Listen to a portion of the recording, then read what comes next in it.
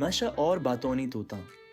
एक दिन माशा जंगल में खेल रही थी कि अचानक उसे एक दरख्त के नीचे रंग बिरंगे परों वाला तोता नजर आया।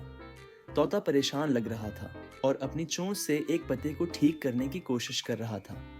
माशा ने हैरान होकर पूछा, सवारे तोते मियाँ, तुम यहाँ क्या कर रहे हो और इतने परेशान क्यों लग रहे हो? तोते ने एक लंबी सांस ली और बोला, वैर में तोता राम हूँ और मैं अपनी सुनहरी अंगूठी ढूंढ रहा हूँ जो खो गई है।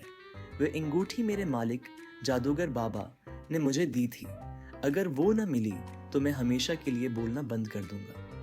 माशा ने यह सुना तो फौरन मदद करने के लिए तैयार हो गई। परेशान मत हो, मैं तुम्हारी अंगूठी ढूंढने में तुम्हारी मदद करूंगी।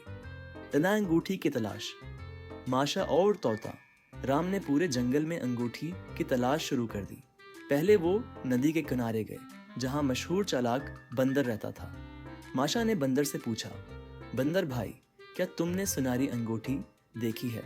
बंदर ने अपनी दम खजाई और बोला, हो सकता है मैंने देखी हो, लेकिन मैं तुम्हें तब बताऊंगा जब तुम मेरे लिए कुछ मजेदार खाने का बंदोबस्त करोगी। माशा ने सोचा और जल्दी से कुछ मीठे आम जमा किए जो बंदर को बहुत पसंद थे। जैसे ही बंदर ने आम खाए, इसने इशारा किया कि अंगूठी शायद जंगल के उस हिस्से में हो जहां चालाक लोमड़ी रहती है। लोमड़ी की चालाकी। माशा और तोता लोमड़ी के पास पहुंचे। लोमड़ी एक पत्थर पर बैठी अपनी दम सनवार रही थी। माशा ने पूछा, लोमड़ी बहन, क्या तुमने सुनहरी अंगूठी देखी है? लोमड़ी ने आंखें घमाए और हंसते हुए बोली, हो सकता है मैंने देखी हो, मगर मैं ऐसे ही नहीं बताऊंगी। अगर तुम मेरी पहेली का सही जवाब दोगी तब ही मैं बताऊंगी। माशा ने कहा, पूछ लो, पूछो पहेली। लोमड़ी ने मुस्कुराकर कहा, वह क्या चीज है जो चलती है मगर पैर नहीं होते, बहती है मगर पानी नहीं, बोलती नहीं मगर कहानियां सुनाती है? माशा ने सोचा, फिर खुश होकर बोली, ये तो हुआ है। लोमड़ी हैरान रह गई, वाह, तुमने सही जवाब दिया। ठीक है, मैंने अंगूठी को कुएं के घोंसले में चमकते हुए देखा था। टुवे का इम्तिहान। माशा और तोता फौरन दरख्त पर मौजूद कुएं के घोंसले के पास पहुंचे। कौवा अंगूठी को अपनी चोंच में दबाए बैठा था। माशा ने कहा, प्यारे कौवे भाई, क्या तुम हमें ये अंगूठी दे सकते हो?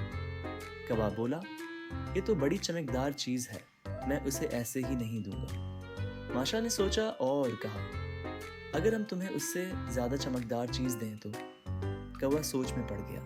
माशा ने जल्दी से करीबी दरिया के किनारे से एक चमकदार सीपी उठाई और कुएं को दिखाई। जैसे ही कुएं ने सीपी देखी, इसने खुश होकर अंगूठी छोड़ दी और सीपी ले ली। खुशी का लम्हा।